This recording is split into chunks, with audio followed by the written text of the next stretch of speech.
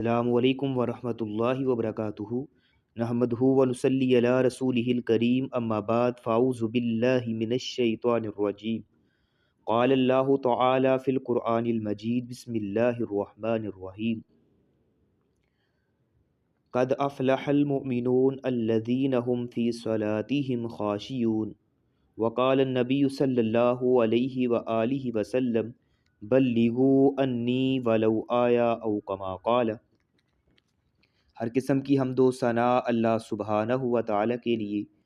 جو کل کائنات کا خالق ہے، مالک ہے، رازق ہے، داتا، گنج بخش، رنج بخش، غریب نواز اور غوث اعظم ہے، کائنات کے ذرے ذرے کا دستگیر ہے، فعال لما یرید ہے، نحن اقرب الیہ من حبل الورید ہے، جس کی ذات، صفات، کمالات کے اندر کوئی بھی شریک نہیں، ازل سے اکیلا ہے، ابد تک اکیلا رہے گا، اور کل قیامت کے دن بھی اس اکیلے حکمراں کی حکمرانی ہوگی۔ ان گنت لا تعداد درود و سلام سرور کائنات، فخر موجودات، سرکار دو عالم، امام الانبیاء، شمس الضحیٰ، والی بطحا،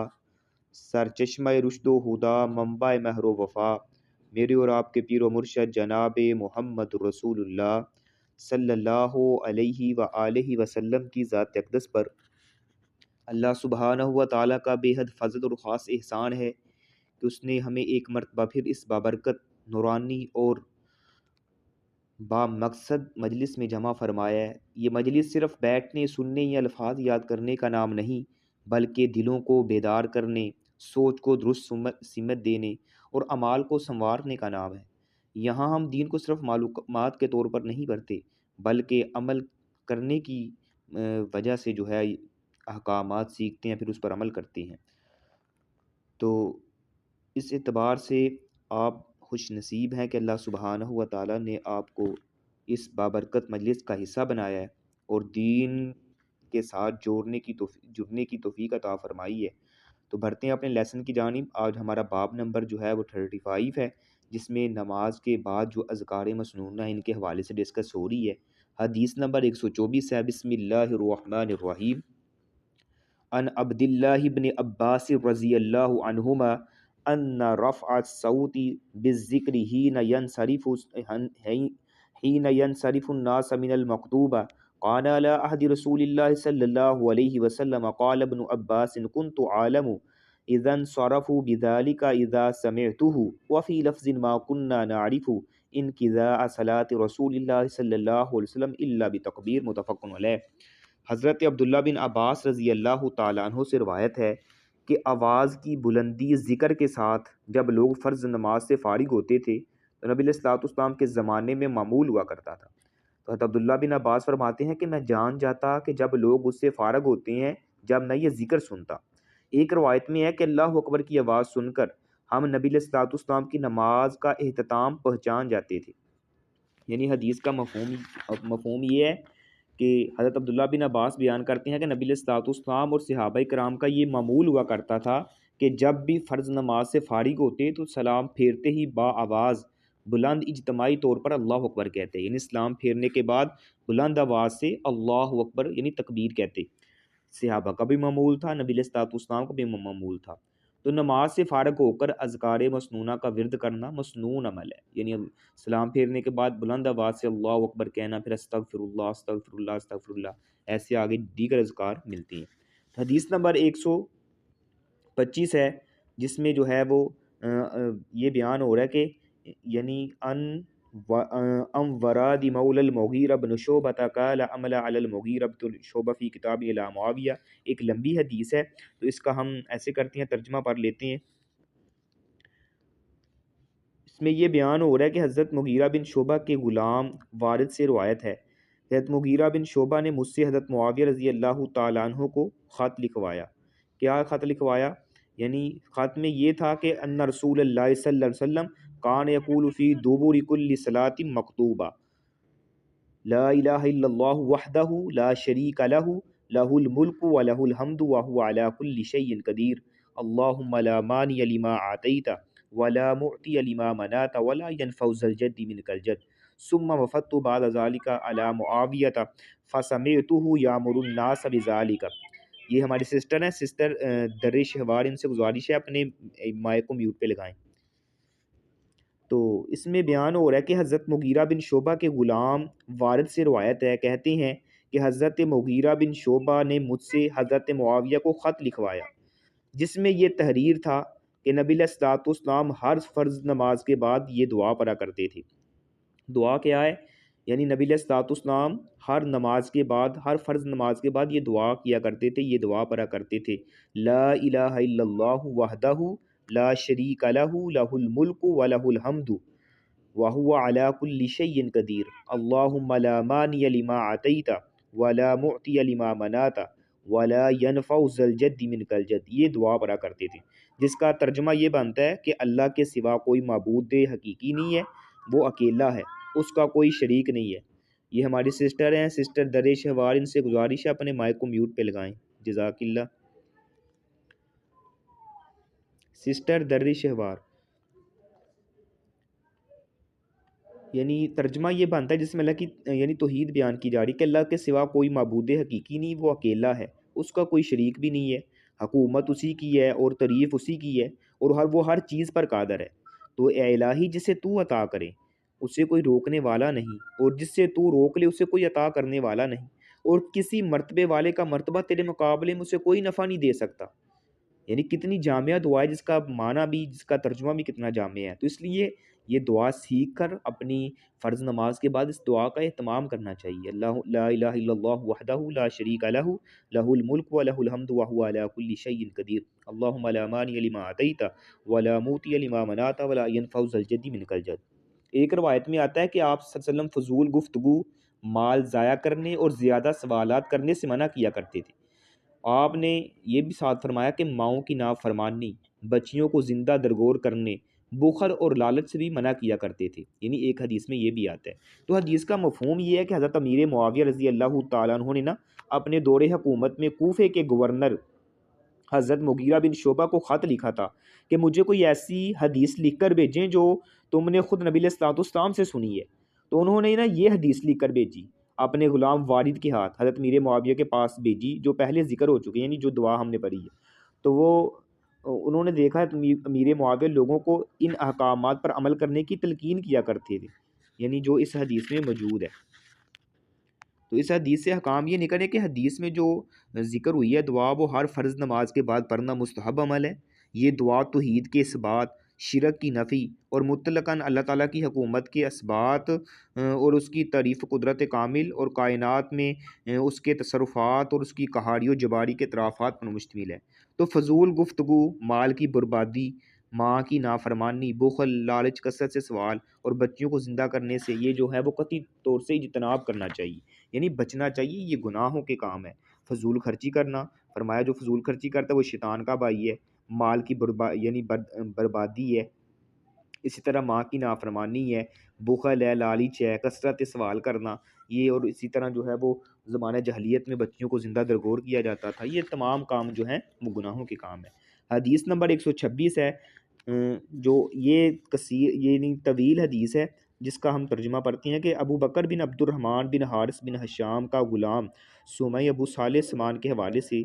روایت ہے۔ اذان کے بعد یہاں سے سٹارٹ کرتے ہیں جی۔ تو بات ہو رہی تھی حدیث نمبر 126 ہے، جس میں حضرت ابو ہریرہ رضی اللہ تعالیٰ عنہ سے روایت ہے کہ مہاجر فقراء نے نبی علیہ الصلوۃ والسلام کے پاس آئے تو عرض کی، یا رسول اللہ، مالدار بلند درجے اور ہمیشہ رہنے والی نعمتوں سے سرفراز ہوئے ہیں۔ آپ نے فرمایا کہ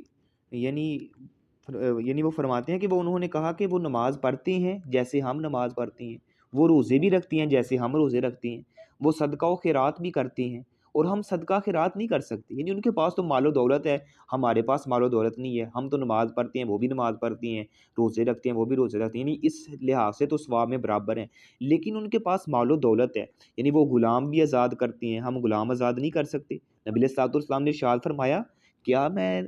آپ کو ایسی چیز نہ سکھلا دوں کہ اس کے ذریعے تم ان لوگوں سے جا ملو تم سے جو سبقت لے گئے ہیں، اور تم اپنے بعد آنے والوں سے بھی سبقت لے جاؤ، اور تم سے کوئی بلند درجہ نہ پا سکے مگر وہی جو ویسے ہی عمل کرے جو تم نے یعنی کرو گے۔ تو انہوں نے کہا یا رسول اللہ کیوں نہیں، ہمیں ضرور یہ بتائیں وہ کون سا عمل ہے۔ تو فرمایا تم ہر نماز کے بعد 33 بار سبحان اللہ، اسی طرح اللہ اکبر الحمدللہ یہ کہہ لیا کرو۔ تو ابو صالح بیان کرتے ہیں کہ مہاجر فقراء نا نبی علیہ الصلوۃ والسلام کی خدمت میں واپس لوٹ کر آئے، انہوں نے عرض کیا دوبارہ پھر آئے، تو یعنی ہمارے مالدار بھائیوں نے بھی یہ بات سن لی ہے، وہ بھی اس طرح کرنے لگ گئے ہیں جس طرح ہم کرتے ہیں۔ تو نبی علیہ الصلوۃ والسلام نے ارشاد فرمایا یہ اللہ کا فضل ہے، جسے وہ چاہتا ہے اسے دے دیتا ہے۔ یعنی سمئی کہتی ہیں کہ یہ حدیث اپنے خاندان کے ایک شخص کے سامنے بیان کی تو اس نے کہا یعنی یہ وہم ہے کہ آپ نے فرمایا تھا کہ یعنی تم 33 بار سبحان اللہ کرو، 33 بار جو ہے وہ اللہ اکبر کہو اور 33 بار یہ الحمدللہ کہا کرو۔ تو میں ابو صالح کے پاس واپس لوٹا اور ان کے پاس اس کا جو ہے وہ تذکرہ کیا، انہوں نے کہا اللہ اکبر سبحان اللہ اور الحمدللہ کہا یہاں تک کہ تم تمام کلمات کی تعداد 33 ہو جائے۔ یعنی اس طرح کے یعنی حدیث کے اندر الفاظ آتی ہیں۔ اس حدیث کا مفہوم یہ ہے کہ کچھ یعنی مہاجر صحابہ تھے، مفلس صحابہ تھے، غریب تھے، یعنی ان کے پاس اتنا روپیہ پیسہ نہیں تھا، تو وہ نبی علیہ الصلوۃ والسلام کی خدمت میں حاضر ہوئے اور بڑے ہی درد بڑے انداز میں عرض کی یا رسول اللہ مالدار جو صاحب ثروت بھائی ہیں ہم سے کہیں زیادہ ثواب کو حاصل کر لیتے ہیں، ثواب کو پہنچ جاتے ہیں، وہ بھی نماز پڑھتے ہیں جس طرح ہم نماز پڑھتے ہیں، وہ بھی روزے رکھتے ہیں جس طرح ہم روزے رکھتے ہیں، تو اسی طرح جو ہے وہ صدقہ خیرات کرتے ہیں، لیکن ہم اپنی غربت کی وجہ سے یہ عمل نہیں کر سکتے۔ اس طرح نبی علیہ الصلوۃ والسلام نے فرمایا یعنی ہم تو وہ کہتے ہیں ہم تو بہت پیچھے رہ جائیں گے، تو رحمت للعالمین حضرت محمد الرسول اللہ صلی اللہ علیہ وسلم نے نا فرمایا کہ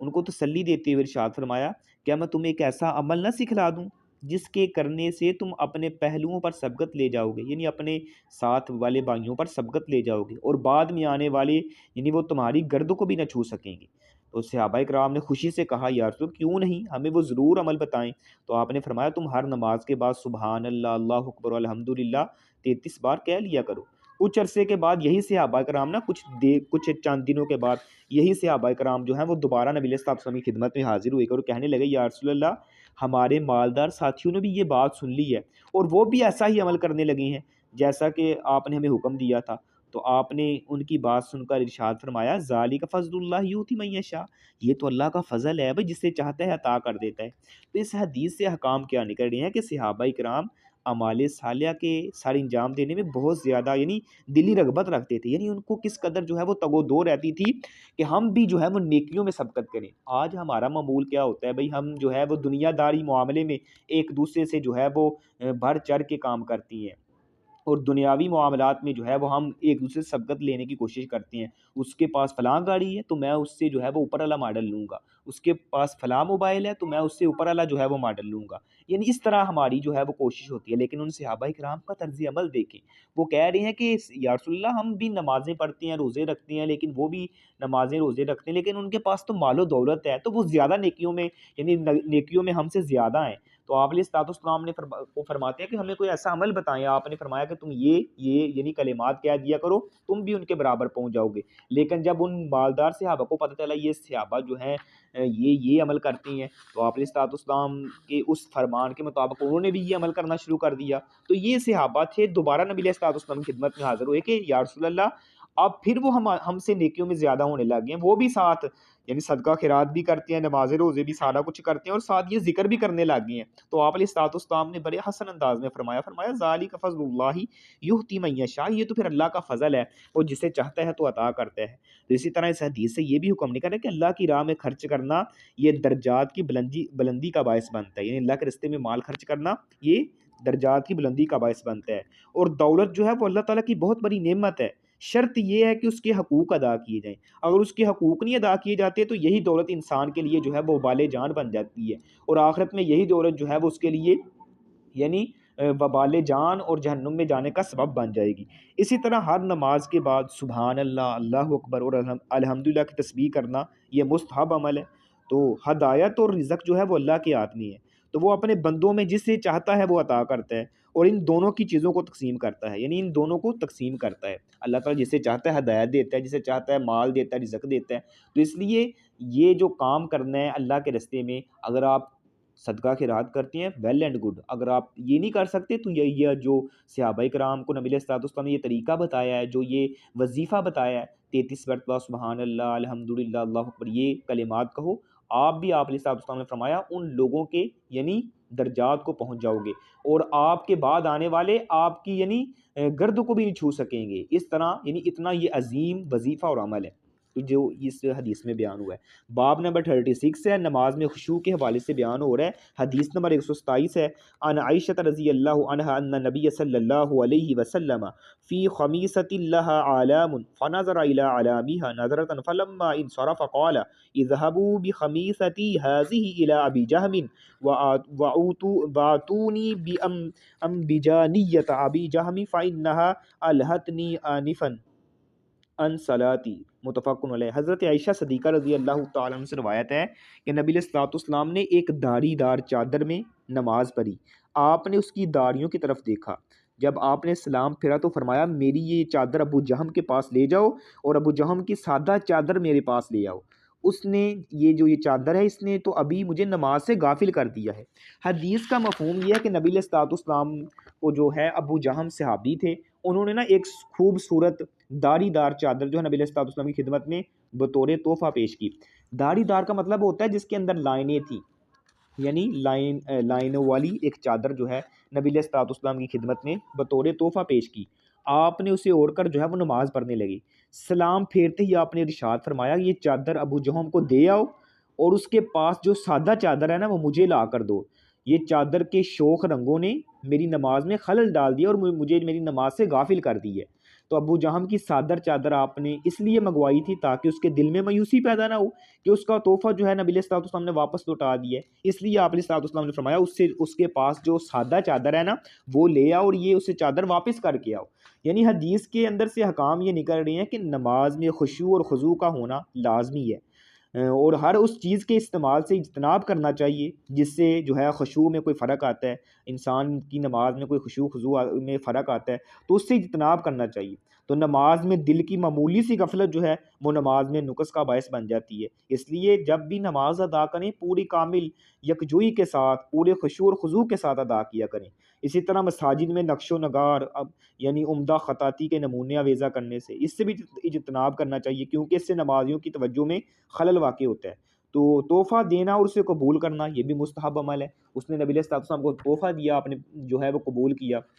تو اس سے یہ بھی ایک یعنی مسئلہ نکل رہا ہے کہ اگر کوئی خاص سبب ہو اور تحفہ دینے والے کے دل پر گرا بھی نہ گزرے تو تحفہ بھی جو ہے لٹایا جا سکتا ہے، جیسے نبی علیہ الصلوۃ والسلام نے پھولدار چادر کو لٹا کر جو ہے وہ سادہ چادر کا مطالبہ کیا تاکہ تحفہ دینے والے کے دل میں جو ہے مایوسی پیدا نہ ہو، یہ بھی اس میں یعنی ایک پوائنٹ نکل رہا ہے۔ تو یعنی کس قدر آپ علیہ الصلوۃ والسلام نے نماز کے اندر خشوع اور خضوع کا اہتمام کیا ہے، لیکن آج ہماری نمازوں میں سستی، کاہلی، اسی طرح جو ہے وہ خشوع خضوع تک یعنی نام و نشان تک نہیں ہوتا۔ ہم جو ہے وہ نماز میں کھڑے ہوتے ہیں اور ہماری سوچیں گھروں کے کاموں میں مشغول ہوتی ہیں، میں نے یہ بھی کرنا ہے وہ بھی کرنا ہے، یہ اس طرح کے معاملات، یا اسی طرح جو ہے وہ میں نے یہ کام کرنا ہے میں نے یہ کرنا ہے ویسے، یعنی اس طرح جو ہے وہ دنیاوی الجھنوں میں یعنی ہمارے ذہن اور ہمارے دل و دماغ جو ہے وہ یعنی ان کی طرف ہمارا دھیان ہوتا ہے، تو خشوع خضوع کو لازماً کرنا چاہیے۔ اس طرح ایک مسئلہ یہ بھی نکل رہا ہے کہ اگر نماز کے اندر اس طرح کے طرح کے خیال آتے ہیں تو آپ نماز کے اندر ہی اعوذ باللہ من الشیطان الرجیم پڑھ کے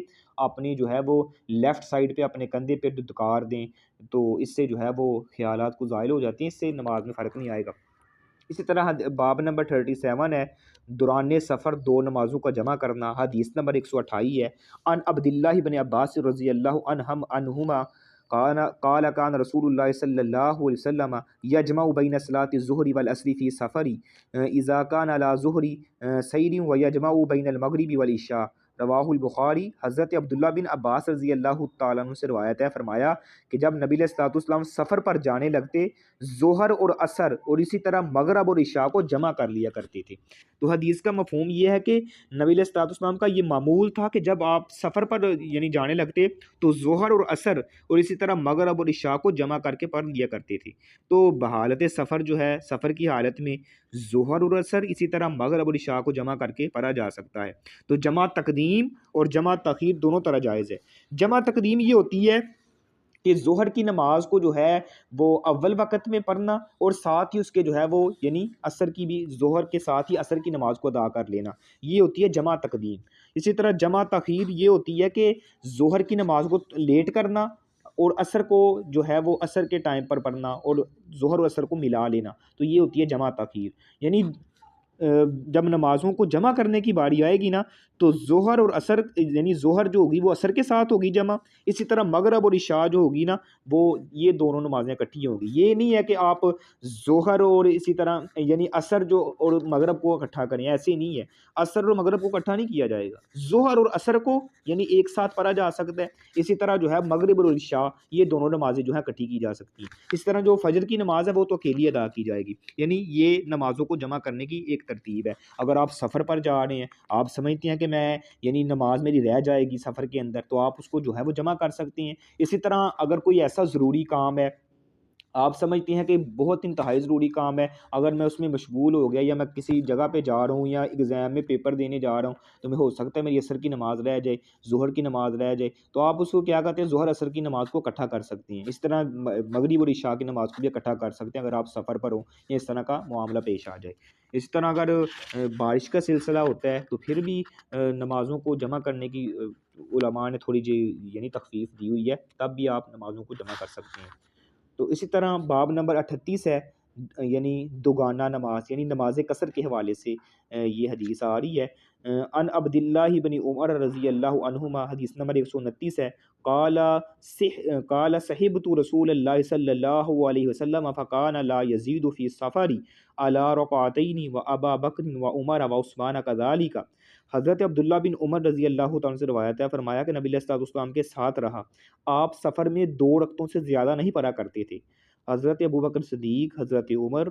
حضرت عثمان، حضرت یعنی عثمان غنی کا بھی یہی معمول ہوا کرتا تھا۔ یعنی حدیث کا مفہوم یہ ہے کہ حضرت عبداللہ بن عمر بیان کرتے ہیں کہ نبی علیہ الصلوۃ والسلام کے ہمراہ میں سفروں میں رہا، یعنی آپ علیہ الصلوۃ والسلام کے ساتھ بے شمار سفر میں نے کیے، تو آپ دوران سفر میں یعنی 2 ہی رکعتیں پڑھا کرتے تھے، یعنی قصر نماز پڑھا کرتے تھے، اور یہی معمول حضرت ابو بکر صدیق کا بھی تھا، حضرت عمر فاروق کا بھی تھا، حضرت عثمان غنی کا بھی تھا۔ تو سفر کے دوران جو ہے وہ قصر نماز پڑھنا نبی علیہ الصلوۃ والسلام کی سنت ہے۔ اسی طرح جو ہے یہ قصر نماز ہر قسم کے سفر میں پڑھنا یہ جائز ہے، مشروع ہے، خواہ وہ سفر حج ہے، تجارت کے لیے ہے یا کسی اور غرض سے ہے۔ تو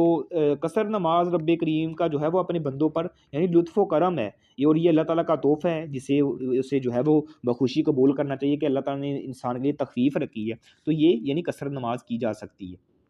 اسی طرح آج جو ہم نے احادیث پڑھی ہیں، اگر اس کا خلاصہ دیکھا جائے تو ان احادیث کے اندر جو ہے ایک آسانی کا پہلو جو ہے ہمیں جو ہے وہ یعنی نکل رہا ہے، یہ کہ ان تمام احادیث سے یہ معلوم ہو رہا ہے کہ نماز کے بعد کے جو اذکار ہیں وہ عبادت کا جو ہے وہ تسلسل اور روحانی تکمیل ہیں۔ تو نبی کریم صلی اللہ علیہ وسلم جو ہے فرض نماز کے بعد ذکر جو ہے وہ بالجہر کو مشروع رکھتے تھے تاکہ تعلیم اور یاد دہانی ہو۔ تو ہر نماز کے بعد توحید، تسبیح، تحمید اور تکبیر وہ عظیم سرمایہ ہے جو امت کے یعنی ایسے لوگوں کو، مفلس لوگوں کو بھی اہل ثروت کے درجے تک پہنچا دیتے ہیں، مالدار لوگوں کے درجات تک پہنچا سکتے ہیں۔ تو ساتھ یہ رہنمائی بھی ملتی ہے کہ نماز میں توجہ کو متاثر کرنے والی جو چیز ہے اس سے اجتناب کرنا جو ہے وہ لازماً ضروری ہے۔ تو سفر میں دین کی آسانی جو ہے وہ نمایاں ہوتی ہے، تو نمازوں کو جمع کرنا اور قصر کرنا سنت نبوی اور خلفائے راشدین کا متواتر عمل ہے جو شریعت کے یعنی لیے آسانی اور حکمت پر دلیل ہے۔ تو ذکر بعد الصلاۃ نماز کی روح کو زندہ اور دل کو بیدار رکھتے ہیں۔ تو سفر میں قصر اور جمع یہ اعلان ہے کہ اسلام مشقت نہیں ہے بلکہ آسانی کا دین ہے۔ اللہ سبحانہ و تعالیٰ جو سنا ہے جو سنایا ہے، اللہ عمل کرنے کی توفیق عطا فرمائے۔